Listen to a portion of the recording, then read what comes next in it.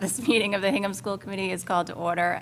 It is 6:31 on September 29th, 2025. This meeting is being held remotely and/or in person as alternate means of public access pursuant to Chapter 2 of the Acts of 2025 and all other applicable laws, temporarily amending certain provisions of the open meeting law. You are hereby advised that this meeting and all other communications during this meeting may be recorded by the Town of Hingham in accordance with the open meeting law. If any participant wishes to record this meeting, please notify the chair at the start of this meeting in accordance with Mass General Law, Chapter 30A, Section 20F, so that the chair may inform other participants of said recording. Is anyone else recording this meeting other than Harbor Media? No one else is, so we will move on to our first item of business, which is to welcome all our colleagues here tonight, which I am joined by John Mooney, Matt Cosman, Tim Miller-Dempsey, Carrie Nee, and Allie Anderson. And Michelle Ayer is not with us this evening. We are going to move on to our first order of business, which is the approval of minutes. We have 2 minutes tonight, and we're going to start with our September 13th minutes. So I will take a motion if anyone has any questions or comments. All right. I will make a motion to approve the minutes of the school committee Saturday workshop held on September 13th. I'll second. All right. All those in favor? Aye. Any opposed? All right. Those minutes are approved. We will move on to the September 15th minutes. Are there any comments or questions or changes to those? All right, I'll take a motion. I'll make a motion to approve the minutes of the school committee meeting held on September 15th. I'll second. All right, all those in favor? Aye. Any opposed? Nope. All right, those minutes are approved. All right, we'll move on to our item 3, which is questions and comments. This is the portion of the meeting where we will take questions and comments from the audience. I will first ask if there's anyone in the audience who has questions and comments first before I read this giant long paragraph. If there's anyone online, please raise your hand and I will address you. Anyone online? I don't see anyone. Anyone in the audience? I don't see anyone. All right. We are moving right along. There are actually people in the audience. All right. We will move on to item number 4, which is the superintendent's report. Superintendent Robbins is not with us this evening, so we have the pleasure of our assistant superintendent, Erica Pollard, who is stepping in on her place tonight, so she will be giving the superintendent's report. There actually is no superintendent's report for tonight. So there will be no superintendent's report tonight, so we are just flying right along. Flying right along. We, next up is communications. Communications received by the superintendent. Guess what? No communications received by the superintendent. No student communications. Any other communications? There's one thing in the packet from the Special Olympics. Yes, yes. Oh, yes. I have something for that right here, too. So, sorry. No, go ahead. You'd like to do that? Just that we've received the excellent news that Hingham Middle School has been named a Unified Champion School as the result of their efforts in unified sports at the middle school level. We've had unified sports at the high school for quite a few years now, and the middle school got on board with unified last year. I'd like to thank one of the gym teachers at the middle school, Meg Melanson, for her hard work in bringing this program to the middle school. It's been really successful. And they are starting with unified bocce in October, if anybody wants to come check out a bocce match. That's great. That's very exciting. So congratulations to the Hingham Middle School on receiving that. They're creating an inclusive and welcoming community for everyone, so congratulations to them. All right, so moving on to 5.3, which is student communications. We don't have any of those this evening. 5.3, which is other communications. Does anyone have any other communications? I do not as well. So we will move on to item 6, which is unfinished business. 6.1 is to receive an update of the FY27 budget calendar, and I will pass this over to Aisha. Hello, thank you, Jen. In terms of the calendar, you reviewed the calendar on the 15th, I think it was, of September. And the feedback from on the calendar, there were 2 feedback points. One, to move the tours ahead, the capital tours earlier in the schedule. We met and we discussed the calendar at the Finance Committee and decided that October 18th would be a good date for the tours. They'll begin at 7:30 as usual. And we decided that it probably would be great for it to end at Foster, where there are also tours planned that day. So we just need to get your approval on that, as well as to include within the budget calendar the date when the town report is due to the select board for inclusion in the town warrant. So we've also included that as part of the budget calendar as well. Okay. We don't have to approve the budget calendar, but I it's guess just, not, it's just just, like an FYI. it's just an FYI so that everyone has an update, because at the previous meeting, it was requested to move that tour up. I think it's a perfect opportunity to get it done in October. It'd be nice, it'll be a great day to start at 7:30 a.m. We had this and discussed this in our subcommittee meeting. 9 a.m. is when the tours at Foster will be for the public. Right. Be a great Saturday for the public to check out the new Foster building who weren't able to see the building on the grand opening.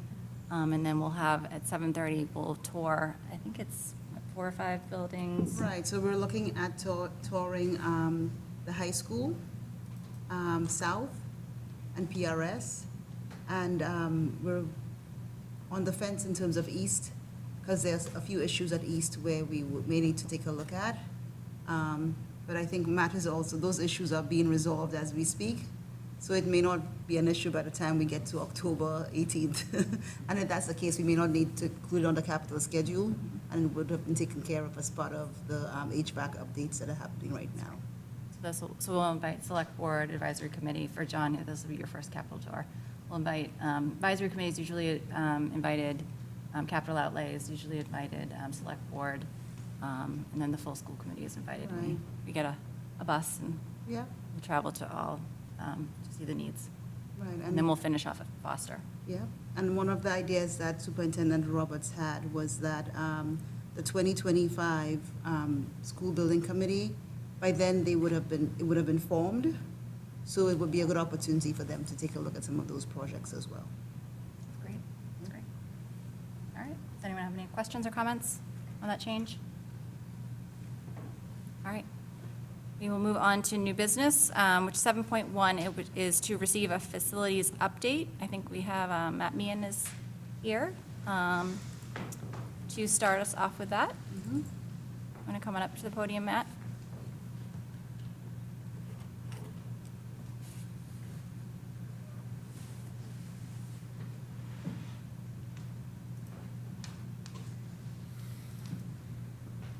Just getting get everything set up online so we can make sure it's working on Zoom. Share the screen as well, Sherry?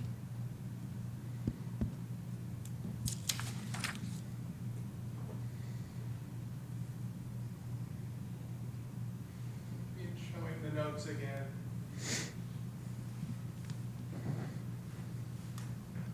Working on it. It's not showing the notes on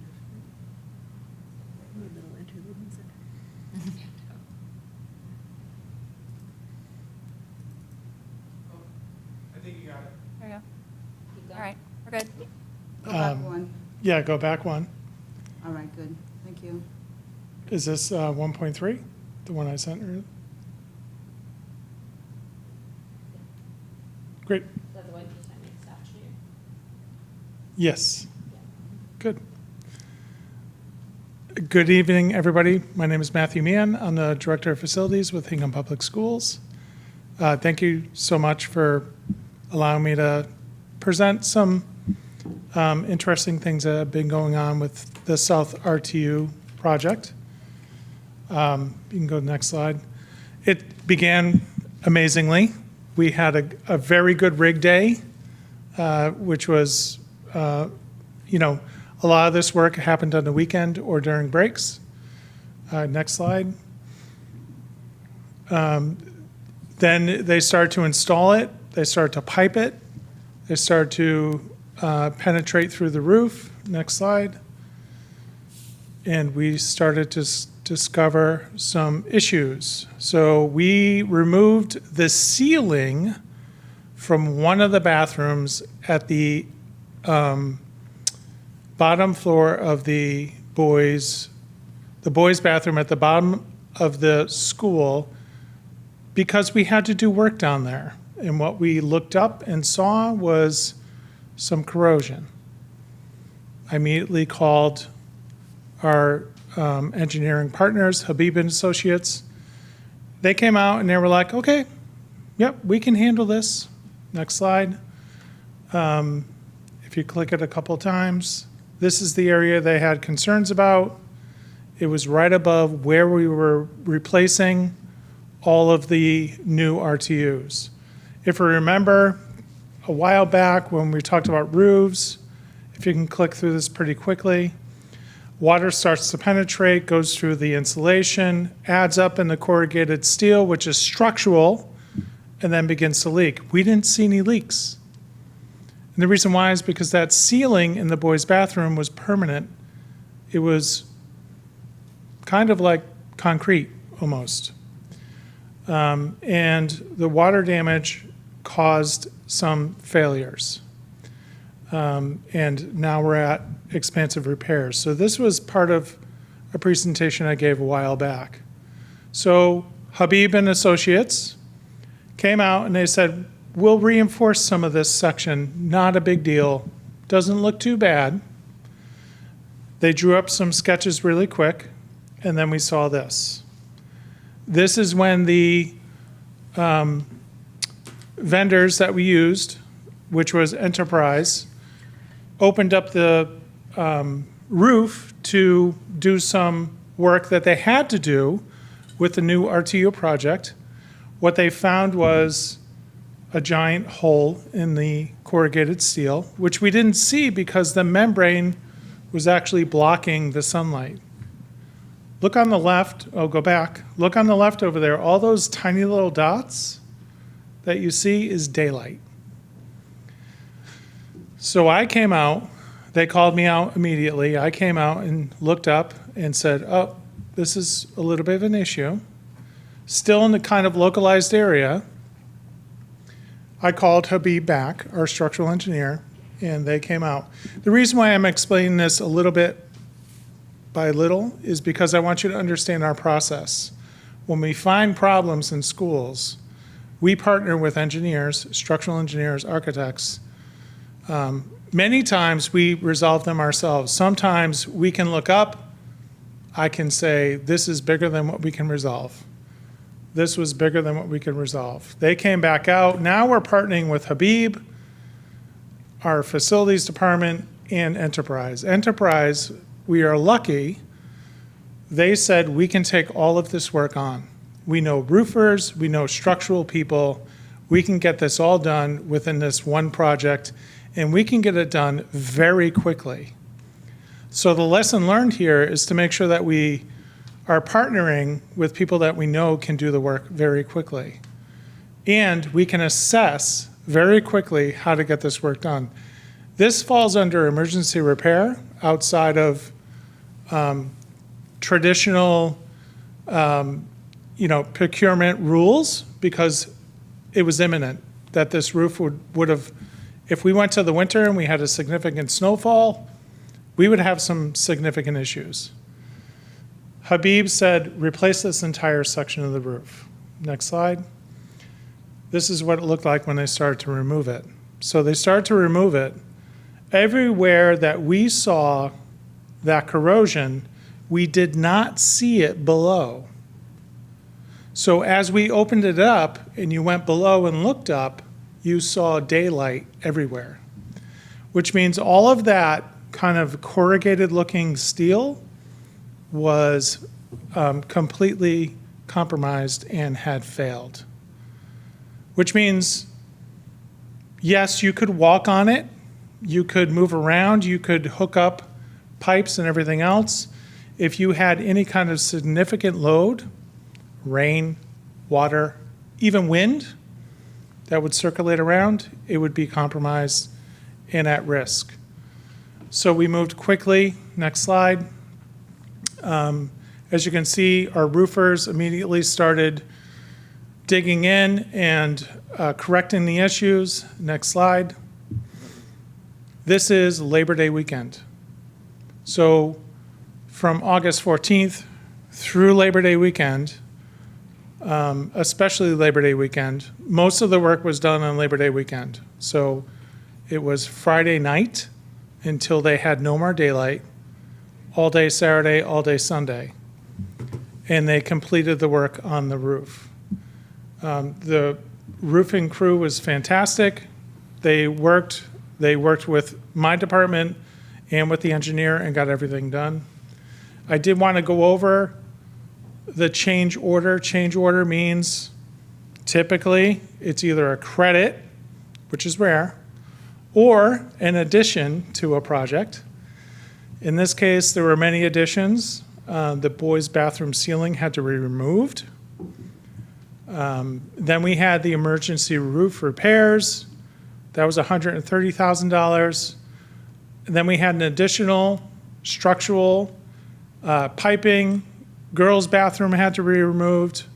Many different things had to be working towards that. And every step of the way, Enterprise checked in with me before they initiated any work, and we approved it with Aisha. Next slide.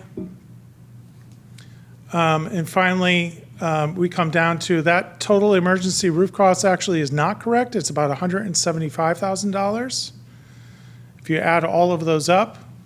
But we do get a credit back. The credit is because during this project, water did intrude into the building, and we lost our PA system in the south. The roofing company stepped forward and said, that's our problem. We are going to make sure that we have that corrected. So we will be getting that money back. Next slide. The real impact to education was absolutely nothing. The kids never saw anything. Enterprise and facilities and Habib make sure that they worked around the school's opening schedule, including PD. And we worked with not only custodial staff, but the facility staff to make sure that everything worked smoothly. They are still working on this issue, but they should be wrapped up within the next couple of weeks. And Habib will be out and the building department to finalize and everything else. We just wanted to make sure that we were making all of the information to you known as we move forward with approving this final escalation in costs due to the emergency repairs. If anybody has any questions, I can answer them now. So in your packets, there's also an additional update on other projects that are happening as well that Matt put together, and also potential projects that we see coming up over the course of the year and may be included in capital for the upcoming budget cycle.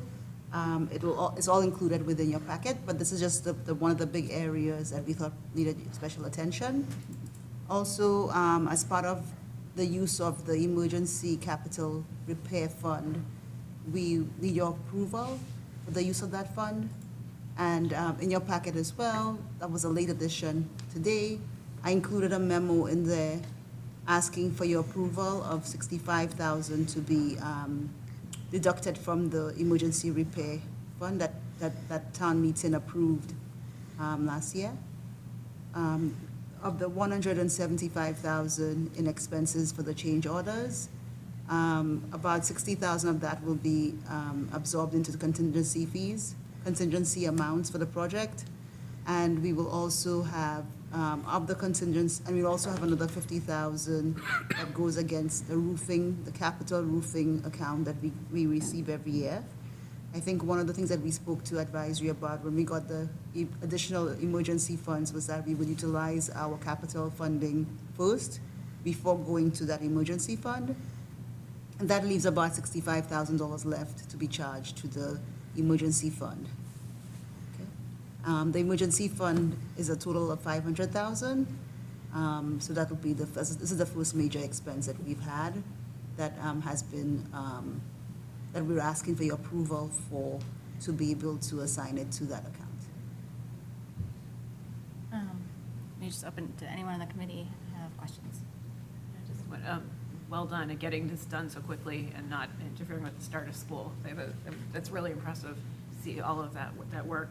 And also, I just want to thank the town and the advisory committee for their support for that contingency fund. Obviously, it's a needed thing. So, my one question is, so this looks like it was a surprise. Is there any danger that there are other parts of the roof that something similar could be going on? Great question. I have a team coming in Thanksgiving break. I'm especially worried about two areas of the school. I can see a lot of areas of the school, the gables, so the pointed, I can see into those. I don't see any issues. The flat roof parts, which is the third floor, I can't see that. So I am opening up the ceiling during Thanksgiving break. So Friday and Saturday, myself and Ryan Sanford will be going in and looking up. The big question is when we look up, sometimes we don't see anything. That's the daylighting we saw. We didn't see all those little dots. So I'm going to ask Habib Associates to look at our photographs that we take and really analyze what's going on up there. If we do see any kind of corrosion at all, we will be calling in Habib Associates to do an analysis. I've done bridge work before. I know how to tap on corrugated steel and understand if it's compromised or not. That's how we found a lot of this issue. But if I see any kind of corrosion, I will be calling them in to do a full assessment of the roof. Thank you. Anyone else? Ally? Just if you could share with the larger committee, I know we discussed in subcommittee how this impacts the MSBA process and Yes. what's been shared with them, that would be great. Yes, the minute we started seeing these issues, I asked MSBA to accept further evidence of roof corrosion at South. As you know, originally at South, we were like, this roof looks okay, because at the surface, it looks fine. You don't see a lot of the things that we see at the high school. Obviously, the blind spot is we can't see what the real issue is. That's why I kind of brought back that animation, which is the water seeping through, which you don't see, could be the real issue. So I sent them over 75 photographs and asked them to accept them into our original SOI, and they've accepted 2 packages so far. I will also be sending them both field reports from Habib and any final assessment from any work that we do throughout that project. But they've accepted both of those, I guess I would say, reissuance of the SOI. They've accepted them and confirmed that they would be part of the package. Thank you. That's great. That's great news that they were willing to accept that. Anyone else have any questions on the committee? I just want to thank Tara, the principal of South, for being able, and the staff of your building, because I know they had to close down a couple of the bathrooms by the auditorium, and I'm sure that had to cause a little bit of confusion, making everyone pivot, and I just want to thank you for being able to work through that with the staff. It's been great. Yes, so thank you. I have to thank Arthur Johnson as well. The other day, he told a couple of contractors you can't be here right now, which sounds like something that he shouldn't say, but he should, because the impact would be on education. And I called and I said, okay, I get it. But he's right on top of everything. He does allow a lot of work to go on until it impacts passing in the hallway. And then he calls me first. I go out, I check it out, and I'm like, yep, you guys need to stop work for now. You can come back later. He's been amazing. Yeah, I think this shows the need for these roof projects that we have coming up, or the real need that we have, and how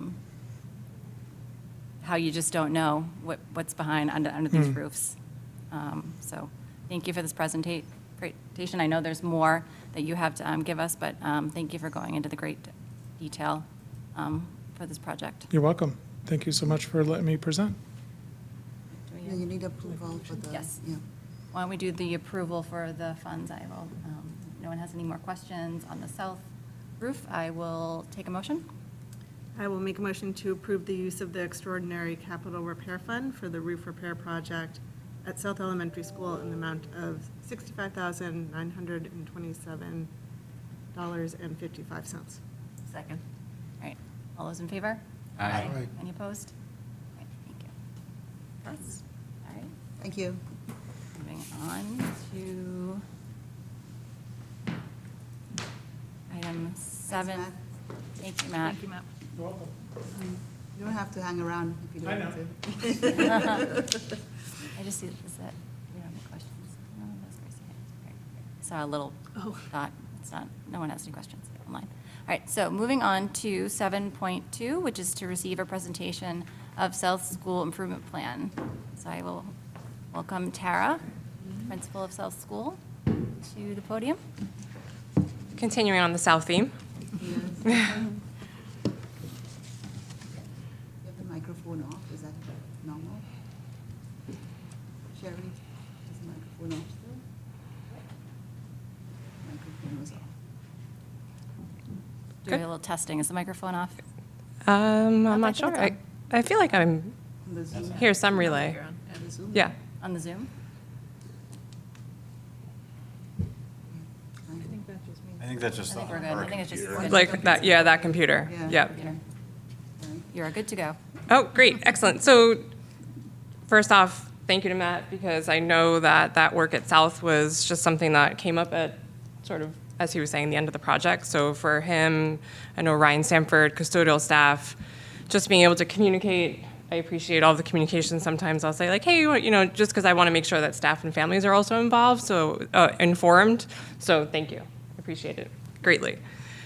So for South School Improvement Plan, first off, thank you for having me this evening. It's actually really nice to be here in year 2 because the improvement plan I'm presenting, I actually lived through it the entire year. So last year when I was presenting, there were some things that I knew I would see along the way. So our school council members for this school year are Eugene Bazinski, our phys ed teacher, Vanessa Breyer, our school adjustment counselor.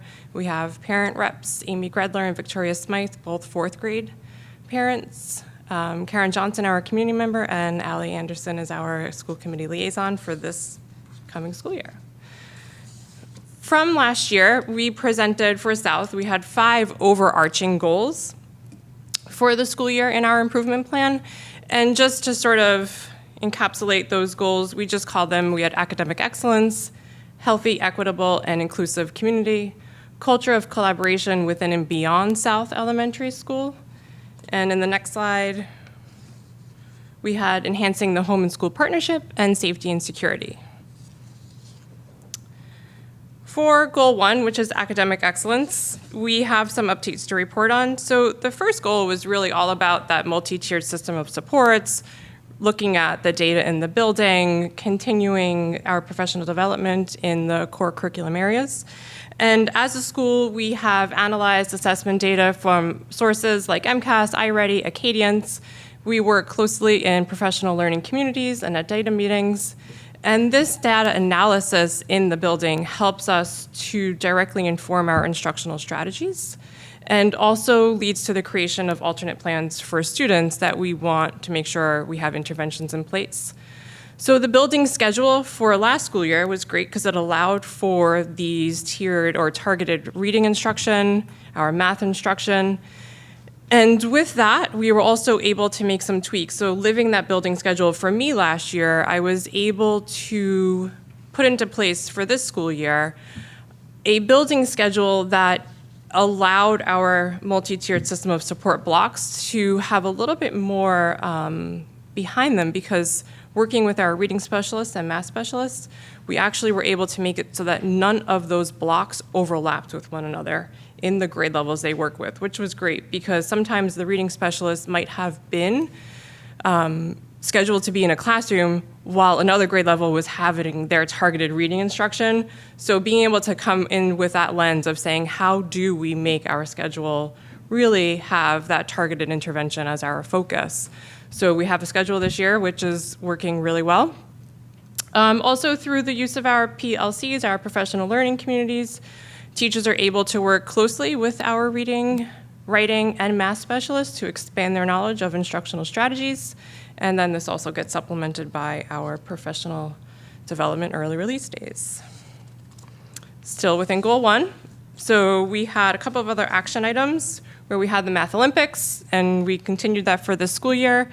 Students were able to participate. We were able to recognize them. That would continue this school year as well. Continued support of the core reading program. So of course that was taking place all throughout the year. Again, for this one, we actually were able to participate in the Department of Elementary and Secondary Education, their Tiered Literacy Academy.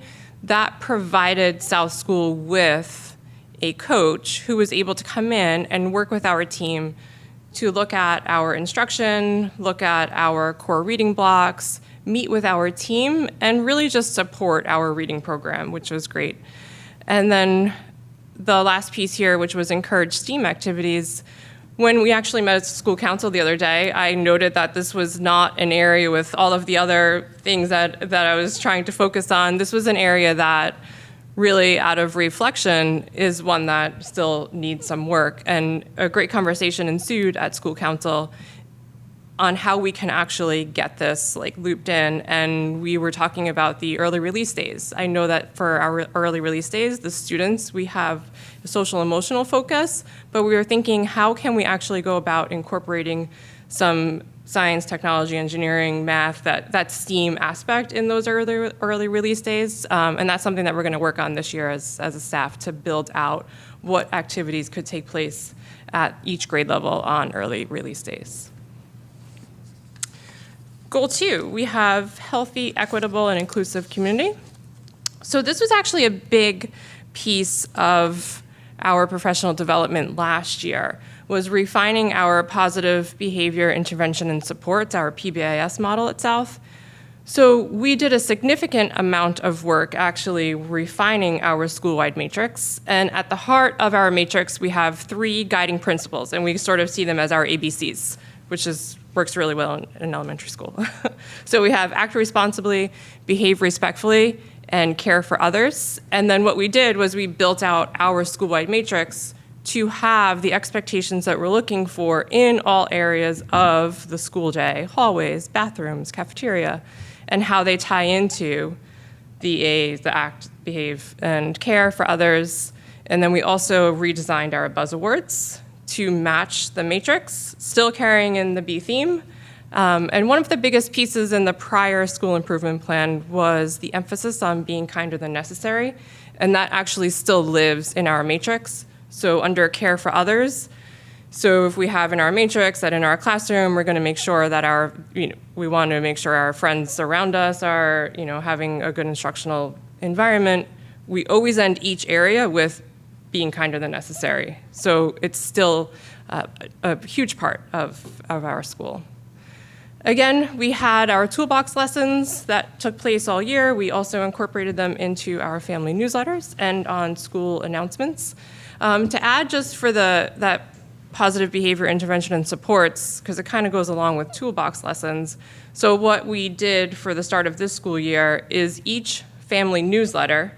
So the first newsletter introduced what the matrix is. The second newsletter introduced what the buzz awards are and how they tie into our matrix. The next newsletter included the snippet of here's what just the learning spaces piece of our matrix is. So that constant communication with families about what's going on inside the building, because then they can tie that language in at home with their students. Again, we have buddy classes. That takes place at South School, which is a great component of students really having that leadership role, seeing our 5th grade students pair up with our kindergartners, 4th pairs up with 1st grade, so on and so forth. So the older students have that role of leadership, the younger students have a sense of belonging. Still within goal 2, so we have expanding opportunities for students to increase their social world awareness. So this past school year, we added a school-wide mock collection to the mix. We increased our programming for civics and social world awareness through both our in-house assemblies, our leadership program, which the fifth graders take part in. And then we also redesigned our Veterans Day and Memorial Day ceremonies at South. So they are great events that students get really involved with, and they're able to see that connection. South School Shines Night I remember before I became principal at South, it was actually one of the activities I went to, which was great. It's successful, it will continue. Love hearing about students' hobbies, and they present themselves in such a professional fashion at this night, and it's certainly something that would continue. Again, same fifth grade leadership. It's a great component of the building. They do take on a lot of leadership opportunities, and they help with a lot of our sort of not only fundraising, but just different, for example, I remember in February we did the Super Bowl with the food pantry, but it was great because I was able to say yes to the food pantry, call in the fifth grade leadership, say, hey, can you help me do this? And then they sort of ran it for the school, which is a nice connection for them. And then the last component of Goal 2 was just evaluating ways that we could have organized stations at recess. And last year, we did implement a very successful fifth grade flag football program at recess with the help of Eugene Pazinski. He helps to run it. Fourth grade students really watched that happen all year long. So first day of school, they were knocking at my door saying, hey, it's time for us to have flag football. And we met with the group that wanted to bring it on, and we'll certainly continue it. Again, we also rebuilt that school matrix. Part of it is understanding the rules of the playground and constantly reinforcing them out there. Goal 3, we have culture of collaboration. So just some progress updates that I wanted to highlight. We have had a very successful use of ThrillShare, which is the communication tool that I know everybody is familiar with. But I think that combined with SMORE has really added value to our family communications and our staff communications, which is great. And we also use it for varied purpose. So not only is it for the newsletters, but for activities, for letters to families. One of the pieces I put in here was that when we were sending out the letter for our early literacy screening, it was a great way to let families know that we do this in K-3 and give them that valuable information. Again, along the same lines, we communicate frequently with Heather, Harbor Media, to help with showcasing our events. We utilize our back to school nights. We have great attendance at them. Some progress updates in that area is that we refined the event last year. We made it an evening for parents and caregivers only, which we were met with great feedback in that. And then one step forward this particular school year was that we had parents gather directly in their students' classroom, which was, they loved the fact, the teachers loved having the parents right in their classroom. They felt like that relationship building took place that evening. And then the parents also really enjoyed being in the space that their student learns in all day. Also, with Goal 3, we had the handbook as a component there. As an elementary team, we always review the handbook. This school year, we also updated the South School, what was traditionally the Fast Facts, and we made the document a bit more streamlined just to have links. So you might want to access our Fast Facts, but you don't want to scroll through it. You might just want to link to a particular section that you need information for. Next slide. Goal 4 is enhancing the homeschool partnership. So the Goal 3 and Goal 4 sort of go hand in hand because it is a lot about that communication and how we are messaging out to families, how students are being supported. So one of the action items here was to develop parent communications that support students sort of learning across the board, whether it be social, emotional, academic, and using the specific language that we use within the building. So each week, as I had talked about a little bit already, the family newsletter highlights different ways that we're supporting students' social, emotional needs within the building.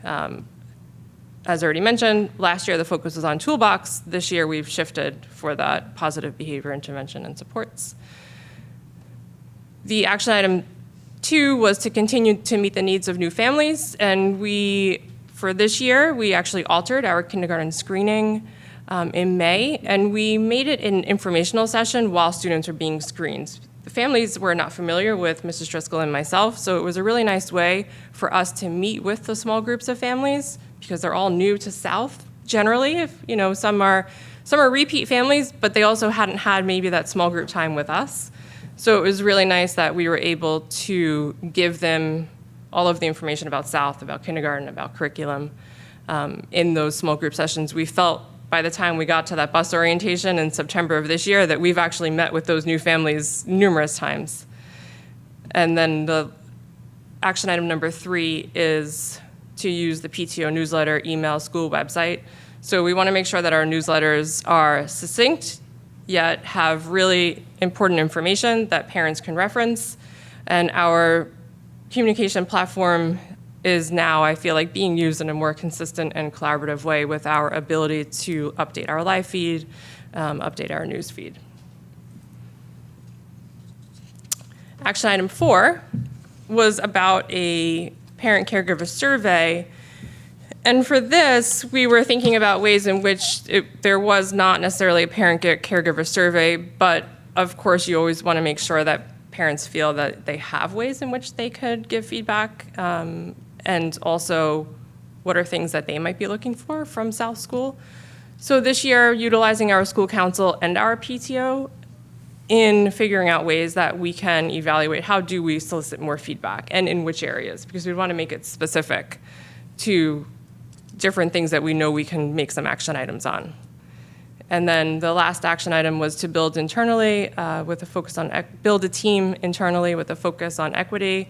As a staff, we continue to always enhance our South School Village, and we always want to make sure that our professional learning communities are thinking about ways that we are having a focus on equity and belonging. Goal 5, safety and security. So we made a lot of improvements this year with our safety and security. We were able to join East, PRS, and Foster all use pickup patrol. So at South, we were able to bring in pickup patrol this year, which has been really great with our arrival, or not arrival, but our dismissal process. One of the things that actually came up at school council was our traffic that spills out onto Main Street has greatly enhanced with pickup patrol for us. So again, with our safety and security, we have a lot of ways in which we want to make sure we're communicating out. So we have back to school safety protocols. We have clear communication to families about what those procedures and protocols look like. For next year, we were thinking about designing ways in which, because we have parents going to the classroom for back to school night, what can we do from administrative side to give teachers a slide or two to present, so that way it's clear messaging from us to families, because we can't get to every single homeroom when parents are in the building. We review safety protocols definitely quarterly with Officer McGillicuddy, although I feel like every time she pops by, we're always peppering her with a question of like, hey, what do you think about this? What can we do here? But we also have her come in for staff meetings and review all of our procedures with the whole staff. And then we also have participation in monthly HPS security meetings. We actually already had one this school year, and we're always thinking about ways that we can refine safety and security at all of our buildings. Drills, so we do practice our fire shelter in place, as well as bus evacuation. We have an emergency response team in the building. This year, in addition to having that team, we actually established some protocols and also revamped our walkie protocols. There's a lot of people in the building, a lot of students, a lot of adults, and we want to make sure that we have a clear line of communication within the building. And then updated district bus conduct reports. And also it's going to sort of tie into, because bus and arriving to and from school safely also includes our walkers and bikers. So we've traditionally had a third grade bike rodeo at South Elementary. And the focus on the third grade bike rodeo was that as a third grader, you'd be allowed to ride your bike to school. However, the handbook allows parents to make the decision or determination of their child's ability to ride their bike to school. So what we're going to do for this school year is actually bring the whole school together for a larger all-school meeting. Actually, it's going to happen this Friday to talk about arriving to and from school safely. We're going to have the bus drivers. Some of them will come and help out just to talk to the students. Officer McGillicuddy will be there.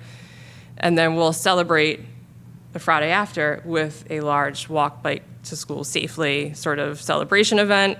Hopefully the weather is nice because we want students to hear the safety protocols and then also be able to put them into action right away. And I believe that might be the end. Yeah. That's great. Thank you. It's so nice to hear, as a South School parent alum, it's so nice to hear all the great things that are going on in South. It's nice to hear her, all the same, some of the traditions, and then a lot of the new stuff that's going on. It's nice to hear it. That's it. You all know, back. it was great. now being in my second year, recognizing all of the great things that happen, a lot of really good traditions that take place, but just looking at them from a new lens. So what can you do to sort of make this tiny little tweak that it's like, oh, that works. It works well. The students really enjoy it. So it's been really, really nice to try some things out. And then also having the staff be really supportive and helpful in making those tiny little changes here and there. Yeah, you've been very busy. This is great. Yeah. Thank you for the presentation. I'm very impressed. Does anyone in the committee have any questions or comments? Just a comment. One of the things that I've always been really impressed with South School is how clearly you've defined sort of the community core values with the ABCs that are sort of incorporated into the PBIS and into the academics and sort of the overarching umbrella of be kinder than necessary. And I think that's such a clear vision of core values for the community. I just want to say comes through very clearly as someone who's not been a part of the South community. So Great. Thank you. Anybody else? Well, thank you very much. Thank you. Appreciate it. I think we need to approve. We need to abstain. Have to sit down, so she didn't have to stand up while we do. All right, if we have, nobody else has any other questions or comments, I will take a motion. I will make a motion to accept the updates of the South School Improvement Plan. Second. All those in favor? Aye. Any opposed? All right. It is approved. All right. Moving on to, we have, up next, we have the East School Improvement Plan. We have Principal Jonathan Hawes, who's coming on up to the podium. Welcome. Thank you. Jonathan. Hello, everyone. Good to see you all.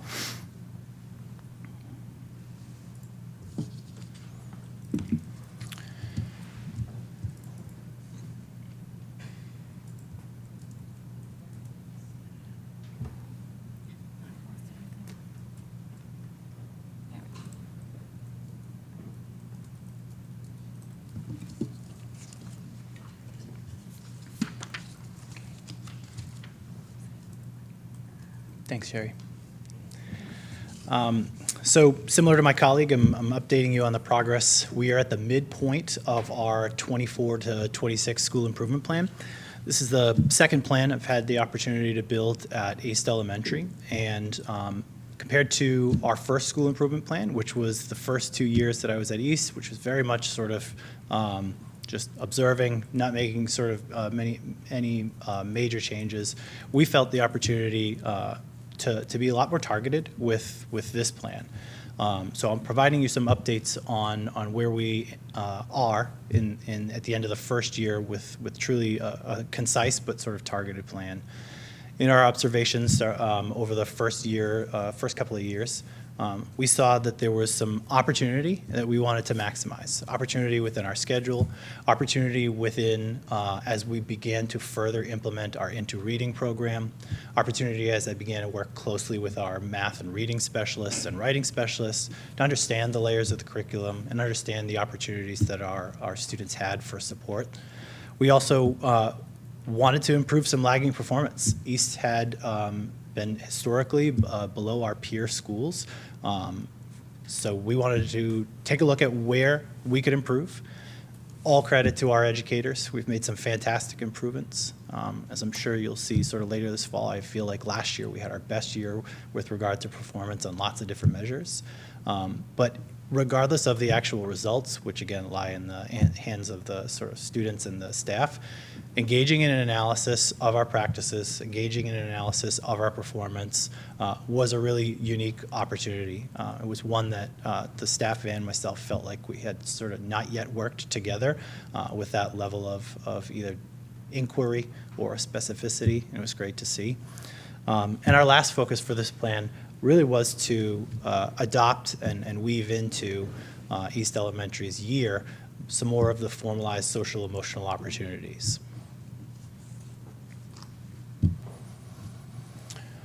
Our first goal, once again, stated to maximize educational opportunity. We're looking at instructional practices. We're looking at the implementation of UDL, reducing some barriers that we had within our rather schedule or within the spaces throughout the building. And so these are the real core 4 focused areas. Again, we had the opportunity to be a part of DESE's Inclusive Academy, which was a 3-year academy that sought to develop myself and our team's understanding of universal design for learning, work through some implementation, and then finally in our 3rd year, work through some coaching opportunities. We wanted to take a look at our schedule so that we could maximize the support for MTSS, and also so that we could take a look at some of our core subject alignment. We needed to address some building use and space needs unique to those. Schedule and space were the layers we have not only as all of our peer schools do, our regular education and special education opportunities, but East Elementary houses 2 of the district's specialized programming. So those specialized programs, the lab and the CLC, they came with some feedback with regard to both space and scheduling that we needed to attend to. And finally, attendance. Again, if we're maximizing opportunity, we're focused on our students and our team members being in front of us each day in order to execute that opportunity. So with some of these goals, I've kind of color-coded where I feel like we're at after that first year. So we've completed the 3-year Inclusive Academy with DESE, along with the opportunities to meet and learn and understand universal design for learning. We had a fantastic coach, Laurie Kasna, who's done some work across the district, was our site coach. And last year, Laurie really bridged the formal learning opportunities with stepping into class. She had time carved in her schedule each day that she would come to East. She would work with some educators. She would work on goals over the course of their year.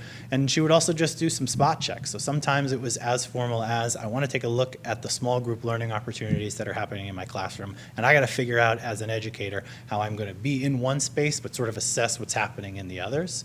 And then just some sort of pop-ins. Hey, I'm working on this, or what do you think about this? I'd love for you to come into my classroom. We're trying to utilize this space as a flexible learning space. What do you think about it? And she was great. Culminating with the 3 years was graduate course opportunity for our educators, and that took place this past summer. We all were sort of a party to the program, the special education, the review that was delivered to the district a couple of years ago. So we owned a couple of those pieces that we wanted to make sure that we were reflecting on and making adjustments accordingly. Specifically, one of the recommendations in there was ensuring long-term defined spaces for our CLC and lab programs.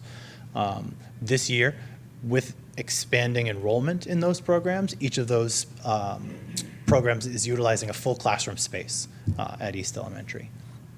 We also took a look and did some analysis with Charlene Fabrizio and Katie Florick, who's our school psychologist and our team chairperson, about the caseloads through our special education liaisons. We asked questions about the opportunities to work outside of what was traditionally one liaison sort of per grade level. And I think we've got an opportunity to take a look at some of those groupings and expand across bands of grades rather than one individual grade per liaison. Storage, we're a newer building, but we are limited in some of the storage spaces that we had. So through some budget funds and through some PTO involvement, we were able to maximize some of the spaces that were feeling a little cluttered, feeling like they were sort of dumping grounds. And so whether it's our multipurpose room or a stage, we've got some solutions that are in place. It's color-coded yellow because we're not quite there yet. But over the course of this school year, our stage and behind the stage area will be fully usable for students and our grade levels to use for performances. Our multi-purpose room doesn't look like a storage room, so when we have enrichment and we have parent functions in there, it looks presentable. And we also have storage that makes sense. Brian Conroy, our field science specialist, unfortunately for a few years, the poor guy had kind of materials on each floor in each corner. So I think we've got some storage solutions for him that make sense alongside our PTO.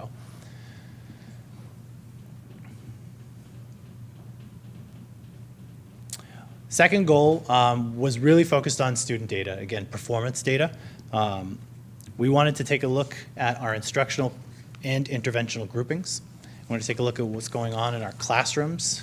Again, we're in year 2 of full adoption for the Inter-Reading program, and with that program comes some instructional shifts.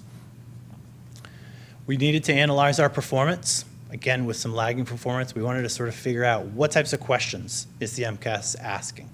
What types of opportunities do we have to reflect the questions we're asking of our students daily to match those, rather than them seeing some of these unique question stems or response types at the end of the year on some of these MCAS tests. All credit, for sure, goes to our reading, math, and writing specialists for the work.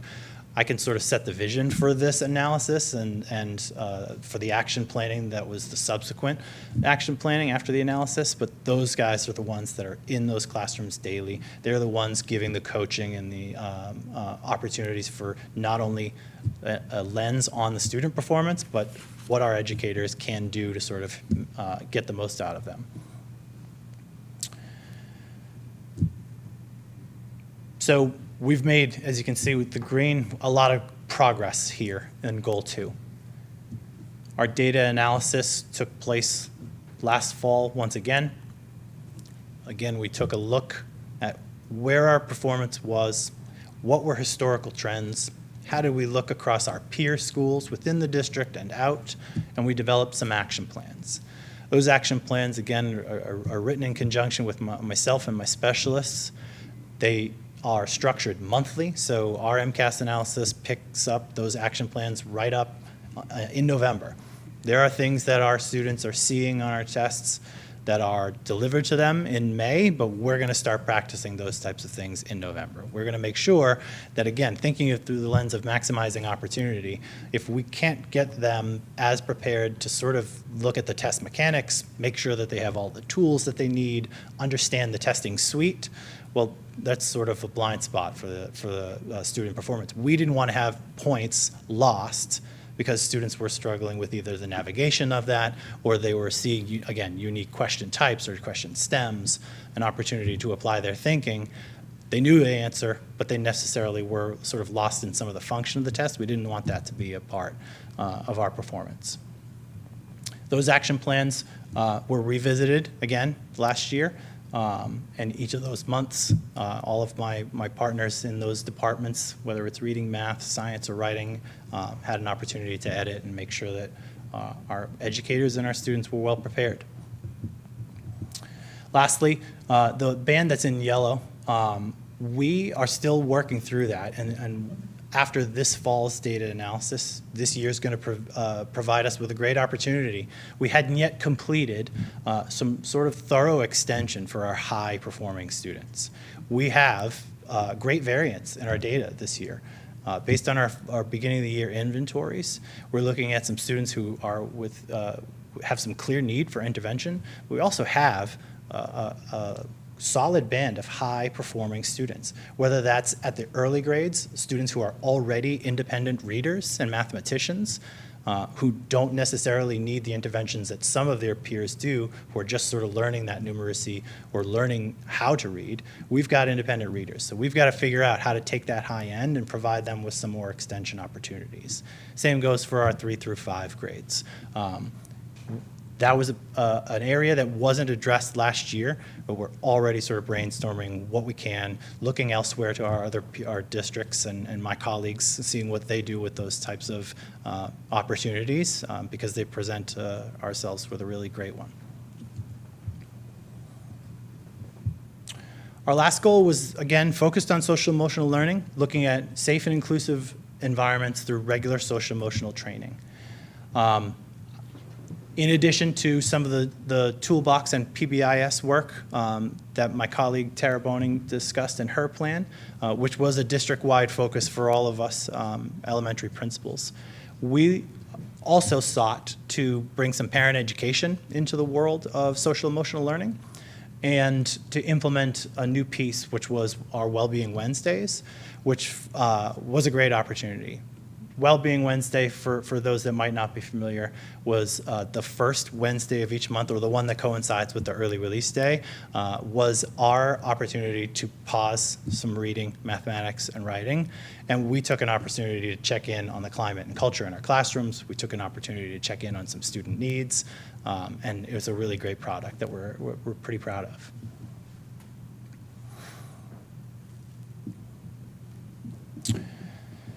Toolbox needed to be a little bit refreshed, so there's a new digital portal that we had access to, new lesson plans, videos that to deliver alongside our lessons. Our guidance counselor, Georgina Alvarado, excuse me, she had a great hand in getting a couple of these pieces up and running. Not only Toolbox, building out, making sure our educators had access to the resources, but also in grades 3 through 5 to utilize the second step curriculum, which was our specific focus on anti-bullying. That takes students through some role playing. She was stepping into classrooms to deliver those lessons. So she and our whole guidance department had a hand in our success. Those Wellbeing Wednesday sessions are really great. So through our guidance team, through some legwork of my own and from our educators, we would present each of those Wellbeing Wednesdays with a menu. You can sort of, whatever you choose to do as an educator, we wanted to prepare as much so that they had a menu to sort of choose from. Some early childhood classes might just be reviewing the toolbox resources. They might be having conversations about, like, what do you do when there's a sticky situation on the playground? Our grades 3 through 5s, they're doing a little bit more of the metacognitive work. They're talking about feelings, they're listening to podcasts, they're engaging in some role play, all of which, again, if you're an educator at East for those Wellbeing Wednesdays, you have a wealth of opportunity available to you. We share out the plan. They can kind of pick what meets the needs of their kids. We have a subsection of our PTO called the Kindness Crew. A couple of parents brought in some resources as well for each of those Wellbeing Wednesdays that matched with our monthly themes. As Tara mentioned, the PBIS matrix was a goal of all of ours. We revamped that, made sure that the language made sense for us to use daily, make sure that the expectations were updated and made sense relative to each of their focus areas. We still have work to go. This year is the implementation year of our refreshed one. So in the month of September, our focus was on the cafeteria. So Dr. Donovan and I were down in the cafeteria. All of our team members, whether that's the custodial team, our teachers, were looking through the lens of our PBIS matrix, making sure that they were calling out and praising the hard work and the expectations that were being met within that setting. We turn over on Wednesday to instructional spaces, and we'll be doing the same thing. We're looking to see those students who are in the midst of our student body, who are really embodying the characteristics and the expectations that we set out, and we want to recognize that. Also, our final piece in yellow is how do we help our parents understand the social emotional learning opportunities that are taking place in their classroom. I've got an information session coming up in October that I'm partnering with a parent. We plan to overview the formal curriculum that are in play. We also want to highlight the people that are your social emotional go-tos in our buildings and their specific roles. And we want to kind of bridge to home how the learning and the curriculum that your students are using within the walls of East can also be used by parents at home. And what types of things are they observing and maybe even acting on that fall within a social emotional lens? What resources can we provide them? What might they need to look for and they don't yet know? Or what are they seeing and not quite sure what to do with the information that they're seeing? We feel like there's an avenue for us outside of just the exposure to what are we learning.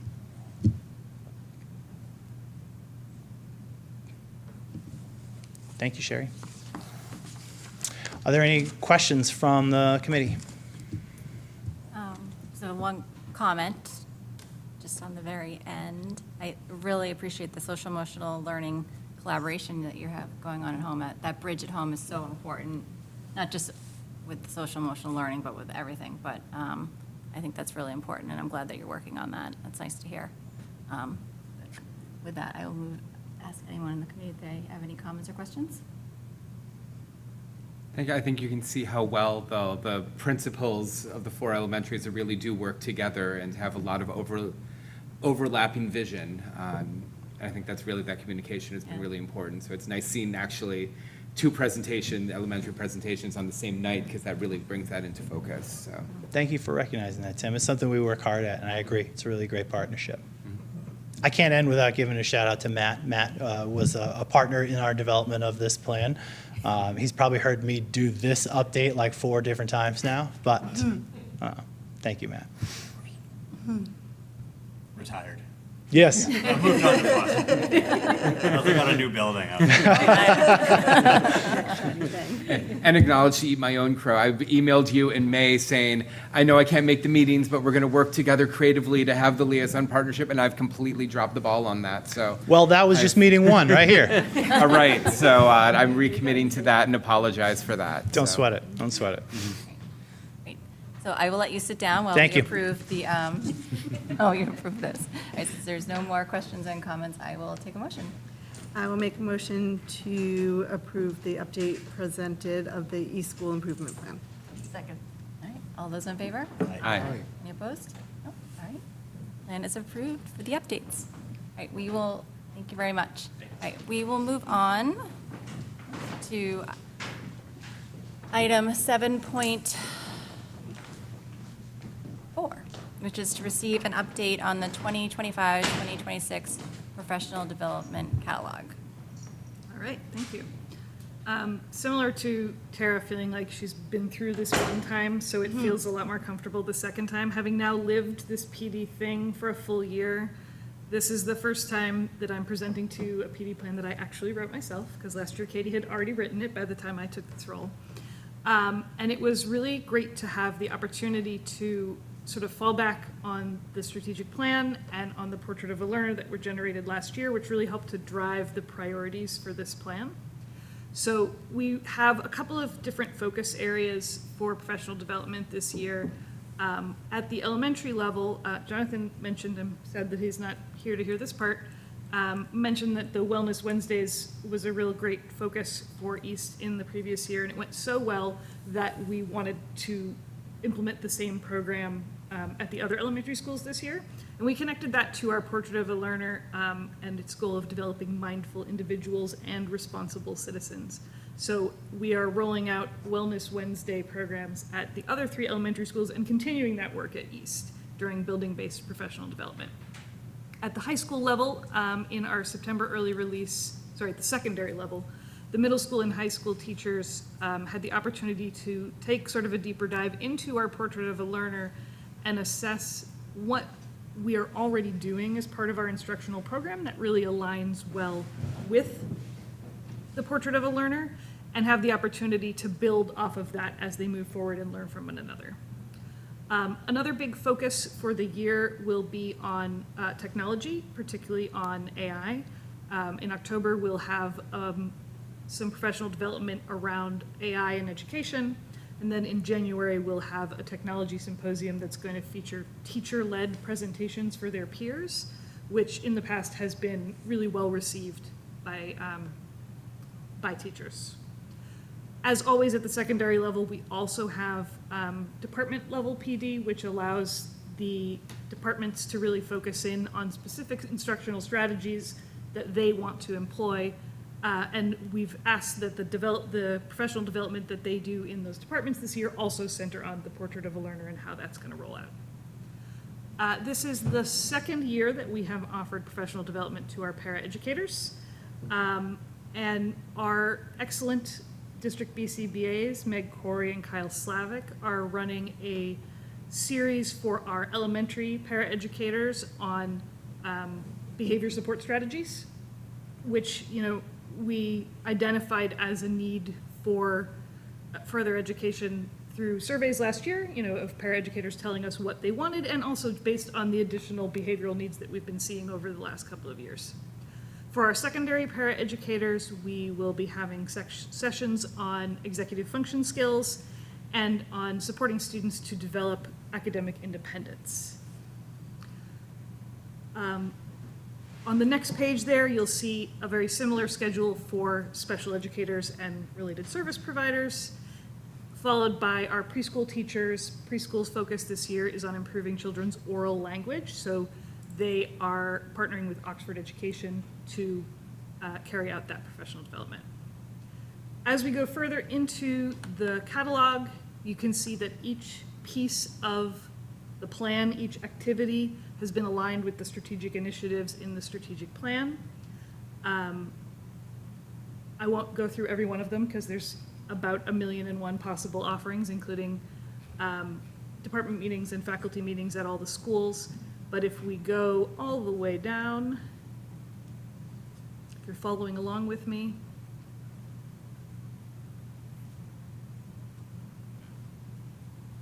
if I can scroll fast enough. We have some,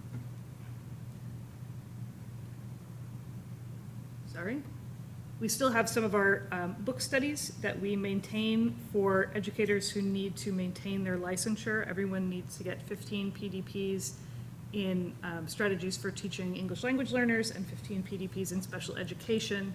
So we provide opportunities for all teachers to earn those PDPs. And then last year, for the first time, we piloted our graduate equivalent courses, which we got really nice feedback on and I think serve everyone really well.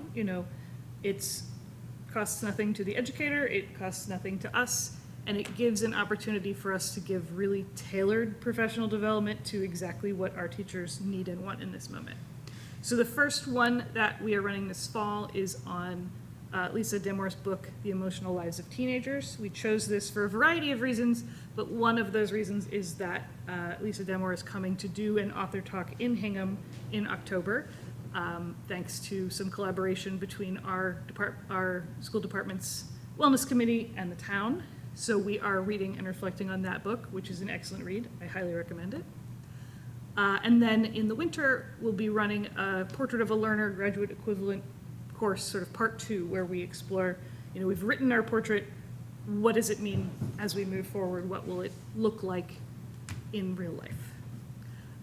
Those are the high-level updates. I'm happy to answer any questions you have. I just have a comment.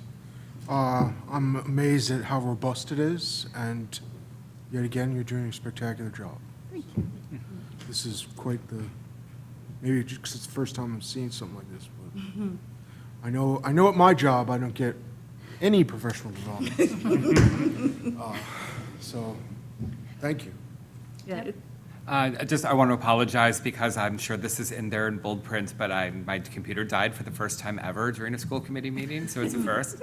But just because it's in the Unit B contract, is there a specific professional development geared to be relevant to our paraeducators? Yeah, so we have two major areas of focus for them. One is on behavior support for our elementary folks, and one on executive function and academic independence for our secondary paraeducators. I got some feedback from them last year about what they liked and what they didn't like.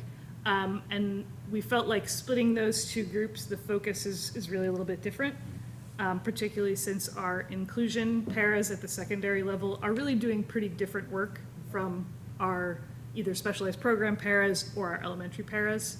So I'm hopeful that we'll that way be able to provide some good opportunities for both. Awesome, thank you. And there's actually one thing that I forgot to mention, but I want to say now, which is that we entered into a professional development agreement with Regis College, which allows all Hingham Public Schools employees, regardless of department or unit, access to reduced cost professional development for themselves and for their families. So that applies to anybody in any position in the Hingham Public Schools, and I'm really excited about that. That's great, Great. Regis. Does it apply to school committee? You want to take a course? No. Yeah. No, I appreciated seeing the CPR for paras in there too. Yes. Yeah. That caught my eye too, Carrie. Yep. Anyone else? Nope. Thank you very much. Thank you. Okay. We are moving on to item 7.5, which is to receive an update on the electric bus contracts. Aisha? Thank you. In terms of the electric buses, when we last met, we discussed the fact that we got a grant for 10 buses, and at the time, we were unsure as to the state of things in terms of which direction we were going in. Since then, Highland Capital has met with us and has proposed that in terms of the first year of the electric school, I guess just to go back one part before I jump into the 10-year contract, for the 3 buses that we have already signed off on and agreed to take on, those 3 buses should arrive by February. This week, actually, Patrick is on his way tomorrow to Oklahoma to see the manufacture of those buses, right? And he'll be joining other schools as well to do that same trip to review and to meet with the maintenance people and learn and understand more about those electric buses. So that's happening. On October 13th, there will also be construction starting at the depot for the charging units to be installed. And that should be done by the end of October in terms of having those charging units in place for the arrival of the buses in February. So we have the infrastructure in place and everything else. When we spoke about those buses at the time, we wanted to pilot those buses for about a year and then to move forward with the possibility of either taking on the grant for the extra 10 buses or letting that grant money pass us if we thought we weren't ready for it.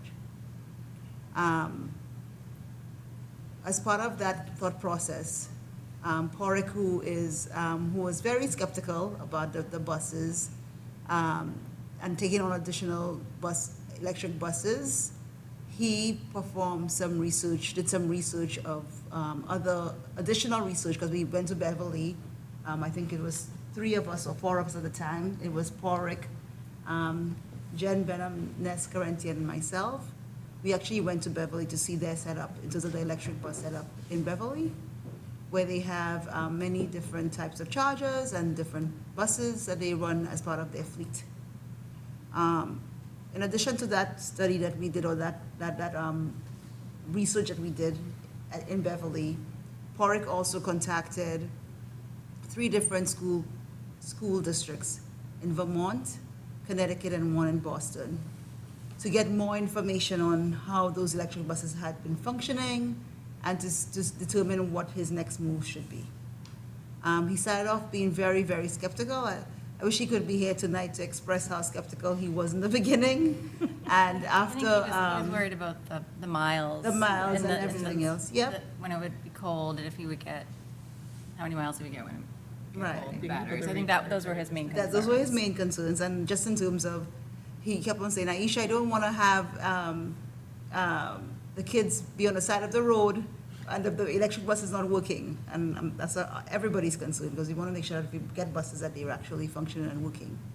In terms of speaking to those the Vermont folks where it's even colder than than us here sometimes, and to those people in Connecticut. And he spoke to a diesel maintenance, diesel bus maintenance mechanic about their fleet in Boston as well. And all of the reviews that he got on those buses were excellent reviews, to the point where the Vermont is a bigger school district than ours. And they said that they get over 125 miles per day on the buses. And even when it returns after the charging points, they would get 50% charge back.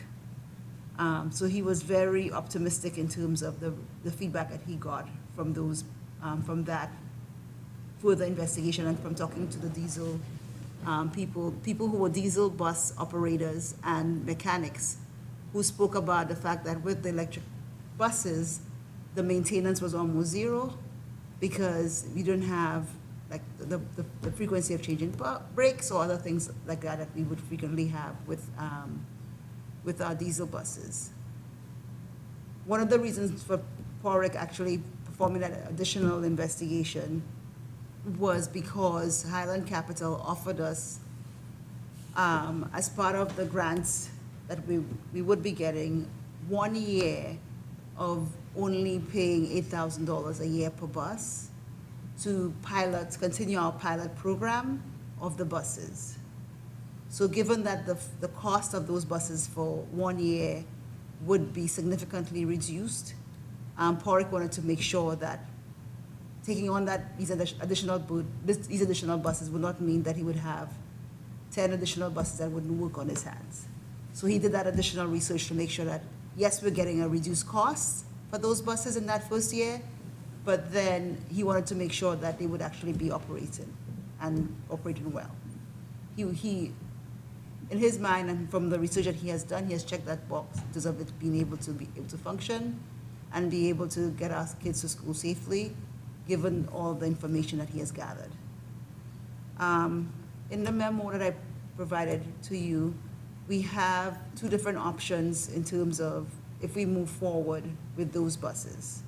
There is additional grant money available in Massachusetts, that if we can combine that Massachusetts grant funding with the current federal grant funding that we have, even in the 6 years from year 2 to year 7, the cost of those buses will be significantly less when compared to our diesel buses over time.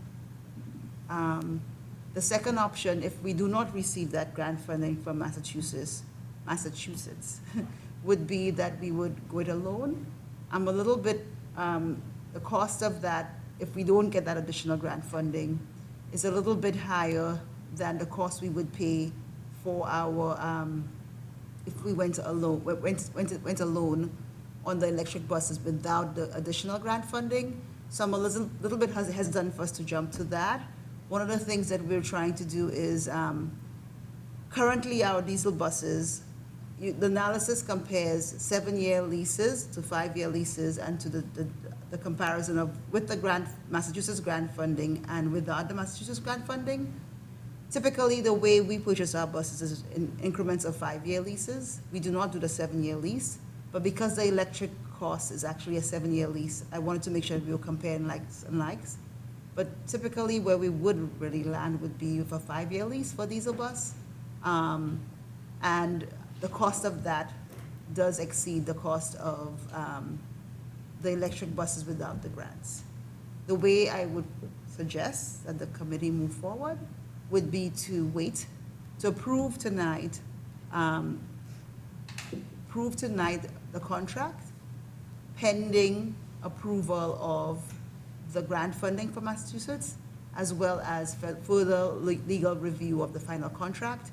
And once we take into consideration John Coughlin's review of the contract, and also if we do receive the grant funding, then it'll be, yes, the superintendent can sign off on the grants and we can move forward with it, on the contract and move forward with it. If we do not get the funding, we'll have to come back to you in terms of assessing whether we move forward or not. That's clear. Yep? Okay. Have you already put it in for the grant, or we're approving? So we have already, we're just waiting for the results. And you'll know next month? Yes. Ms. Gass, gas, cost of gas for diesel factored into this price? Yes. Because the diesel price that, we get is a lot more competitive than the diesel price that you get at the pump. Because we get it off of a bid, we bid with a few other districts, and it's like kind of like a wholesale price, so to speak. Okay. So it's not equivalent to the price that you'd get at the pump. Okay. So that's kind of, it is baked into it as well. And you stated we've already received the federal funds. We haven't received it yet, but we haven't actually drawn down the funding yet, but it is funding that's available for us to draw down upon. And when is it available until? It's available until, well, right now, it'll disappear by the end of the year if we don't do this, basically. So it won't be available forever, that's for sure. It will not be available at the end of the year. Is there a possibility that it can be taken away? It is a high possibility. Actually, it will not be available. And that's one of the reasons why Highland is affording us the ability to do this in the first year at a lower price, because they are confident that it will not be available. Okay, that changes some. But All there's right. no chance before the end of the year, if we approve this, the funds will be available to draw down. We'll draw down on it right away. We'll Okay. put the order in and then draw down on the funds right away. away and execute it right Okay. away. Does that make sense? I'm getting confused a little bit. Okay.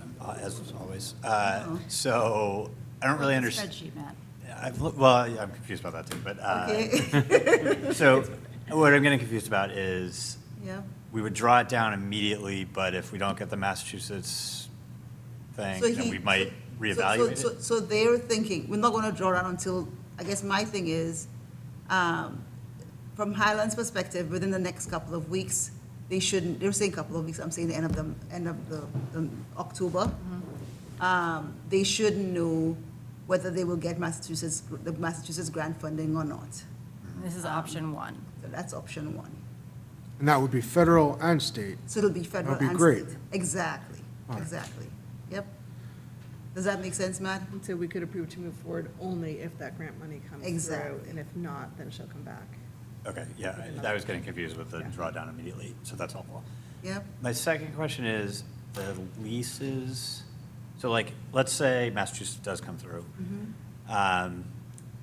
Do we have, what is our lease schedule for all the diesel? Like, are we going to end up with extra buses next year and the year after, or what, how does that all work? That's a great question, Matt. Very good question. Once in a while. Yeah. Once every 4 years, I usually. So at the end of this year, if we don't move forward with this, we'll have to order another 17 There's new, 22. well, 25 buses and all, because there's Medco buses too Okay. that we also lease as well. We will still be, for the diesel buses at the end of this year, we still have, our lease ends at the end of this year. So it means that if we move forward with this, we wouldn't, Do 10 it would be, less. exactly. But we be don't end less. up with anything. Exactly. So we'll be just doing, buying out a few and leasing out about 12, we'll have 12 diesel buses in total, and the rest, and the 10 others will be electric, but 13 others will be electric, sorry. And that would be the 25. What's our contingency plan if the federal funding is taken away and we've entered into a contract? Say that slow, sorry? If the federal funding is taken away, Yeah, what is our contingency plan at that So point? we know And that we've the already federal- entered into a contract. right, we know that we want, so what, the steps will be, sorry, the steps will be, one, within the next couple of weeks, we should know that Massachusetts is coming through.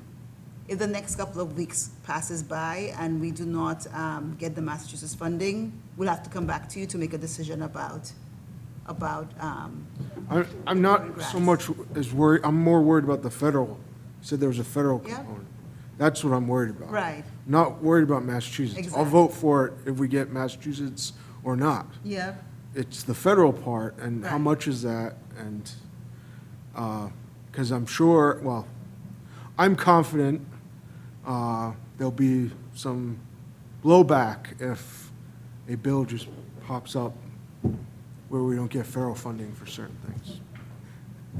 right. In terms of that, everything that we do here is contingent on the federal funding coming through, because even the pricing that we have is contingent of that. And if it doesn't come through, then it wouldn't be an option for us in terms of everything. How does it work, like logistically? Like, do we get all of that funding immediately? Because is there a scenario that, you know, move forward with this, you know, we say we're gonna get federal funding, like, do we get all that federal funding on, you know, in November? Or like, is there a scenario that like 6 months from now, but we still think we have federal funding and then No, all it's- federal funding goes away? Or something? We wouldn't even be waiting 6 months. The way, once we will order the buses right away if we agree to move forward. We'll order them right away. So within the next couple of weeks or so, Okay, so- we plan to order those buses. And once we show that we have an order in hand, we can draw down all of the funds and then move forward with it. Okay. So it wouldn't be a case of 6 months down the road. Yep. We can't risk waiting 6 months down the road, guys, yeah. So if the federal government shuts down in a couple of days, will we be able to access the funds to draw it down? That I don't have an answer for. Okay. Yeah, but I know that this has already been, it wasn't part of this current budget. It was already included in prior budgets, so I don't think that would be an issue, but I'm not 100% sure how that would work. And this is still contingent on feedback from town council? Yes, it's a contract, and the only part of it that's we're waiting on, because you will see the red lining, all of the other information is pretty much the same contract that we use for the three, but the additional contingency of the 1 year, that if it is, because of the 1 year contract, well, the 7-year contract, the first year, we have the ability to actually not move forward if we're not happy with the buses. So that language, I just want town council to review and make Okay. sure that we're okay with. You okay, Tim? Oh, I'm good, yeah. Okay. Sorry. Matt? I have a weird look on my Look like face. you have a similar question. Or- So I remember we talked about this, whatever, 6 months ago or whatever it was. 2 years ago, 3 Or, years ago. yeah, every so often. You're right, and every time it pops up, I'm like, I can't remember what we talked about, but I remember being We did like talk kind of about it. nervous, but I don't remember Yeah. why. So the last time we talked about it and approved though, the pilot was Yeah. because, like, the reservation Yeah, was simply ours and Padraig's that Yeah. they might not work. exactly. It was mostly the distance, I think. The distance. Especially with like field Yeah. trips or sports that you're gonna drive I a guess- bus in the winter months, and then it's not, the charge is not Yeah. gonna hold So enough. what has changed? Like, I guess I felt like when they came and presented to us Right. in that session, they were like, Yep. no, don't worry about it. Like, it's totally fine. And we, you know, we partnered with Beverly for the last 10 Right. years and it's been great. And It's the additional 10 buses that's changed. Is it, I think because we were just doing 3 buses initially, so Porrick, he's done more research. he's done more research on it, right? And he's more comfortable now based on that research and the people that he's spoken to. At first, his concern was, I'm just talking to vendors, right? The vendors were selling the buses to me. So I trust them because they are partners, but by doing that additional research of other people who are actually on the field using even many more buses than we have and have lots more kids in their districts than we do, from that analysis, he has gotten an extra level of comfort. Okay. Okay. Are there any more questions?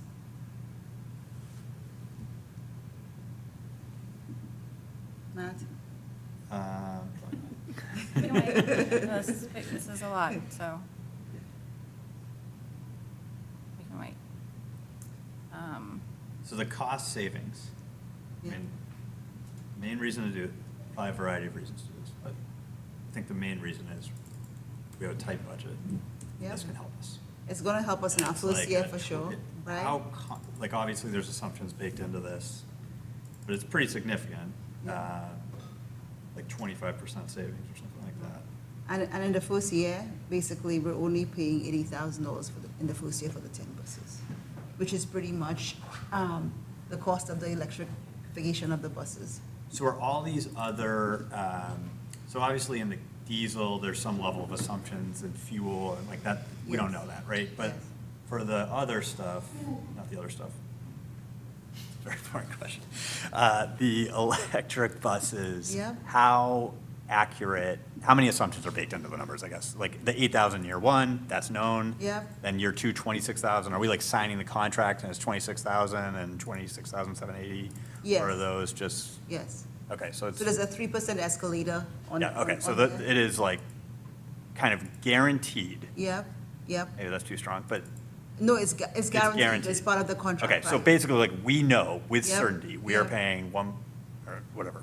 1.7. Yeah, 1.7 million for these 10 buses. Exactly. Over 7 years. Over 7 years. Right. We don't know with exact certainty on the diesel buses, but it does feel like it is extremely likely Right, that it would, no matter what the assumptions are, it's not going to end up being cheaper. exactly, exactly. Okay. Because, I mean, in here, we Thank have you. the cost of diesel, which who knows what's happening with that. It has repair costs in So there. the surcharge coming too for the diesel buses. Roger was telling Well, us about that that too. has been pushed back, Mm. right?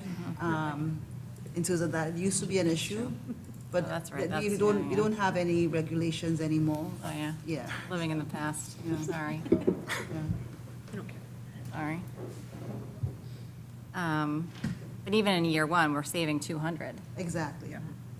And that's huge for us. That's too, huge. Right? That's going to help us with our budget. Yep. That's going to Yep, save some cuts. exactly. What level of confidence do we have on the, I know we're not voting for that tonight, but the Massachusetts grant, because it is a much harder, from my perspective, harder decision Without- if we don't get it, because the Yeah. numbers are, you know, Right, pretty much equal, if not worse. yep. So do we know, we have any idea how likely we are to get So this? she says it's a high likelihood, but I'm I just guess it like, doesn't matter for the vote, yeah, but- yeah. And I'd like you to vote tonight in terms of just pending. Yeah, meaning, Yes. sorry, I meant, Yes. yep. Okay. Are we ready to make a motion? Any more questions? Public comment? Any? Going once, going twice? I don't see. I just want to throw that out there. I It's a didn't see public anything. meeting where everyone could talk about this. I think it's. There's a time and action meeting tomorrow night, so All right. I'm sure it will be They'll want to talk about it. discussed. Yeah. Yeah. I don't see anyone's hand raised. Yeah, I think. I don't, yep. That's like, yeah, I'm like, one of them, Katie? two of them are us, one of them's Katie. Hi, Katie.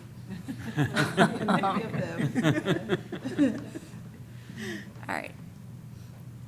I will take a motion. Okay. I will make a motion to approve the contract for an additional 10 electric school buses and to authorize the superintendent to sign the contract on behalf of the school committee pending state approval of Hingham's grant application and a review and feedback from town council John Coughlin. Second. All those in favor? Aye. Aye. Opposed? All right, motion passes. Thank you, Aisha. Thank you. Thank you, Aish, for all that. All right. Thank you, Porrick, as well. Yes, thank you to Yeah. him, I It's a lot of know. work. That was a Yeah. lot of work, and I'm glad he feels more comfortable with Yep, it. me too. All right, we will move on to 7.6, which is to approve grants and donations. Okay, we have a couple of those. Yes. The first one is from Plymouth River, of the donation from the PTO of a refrigerator for the teacher's lounge. Apparently, a local moving company, Kid with a Truck, donated its services to deliver the refrigerator, and, The high school, no, the second one. well, but, Well, and a family donated, an unknown family donated the refrigerator. yes. So do you want to talk about each of them separately, or do you want to hear all of them? We have to we'll do each one separately. Great. We have to do a motion for them, right? We'll do- So the first one is for a refrigerator. Or do the refrigerator one. So, I don't think, anyone have any comments or questions on that? I will take a motion. Thank you. Thank you. Cool grant. Kid with the truck. Yes, thank you to the PRS, and thank you to the Kid with a Truck, excuse me, for the delivery, and thank you to the family who donated. Okay. I will make a motion to accept the donation of a refrigerator and the moving company's delivery services for Plymouth River School. Second. All those in favor? Aye. Opposed? All right, thank you very much. All right, moving on to the next one.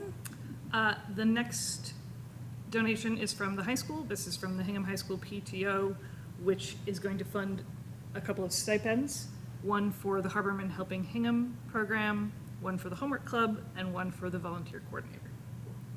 Thank you to the high school PTO. Motion? Do I have to list them all separately? Nope. Just all? Okay.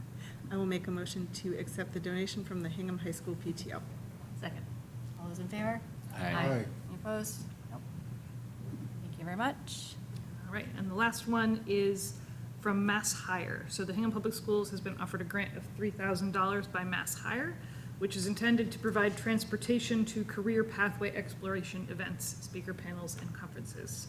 So these funds will be used to fund transportation to the Mass Hire Construction Career Day on October 16th.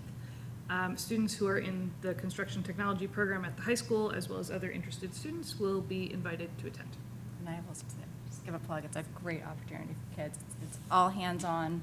They get to meet a lot of experts in the field. It's a really great opportunity for them. Yeah, I think it's a really wonderful really great. opportunity. All right. Any comments or questions? If not, I will take a motion.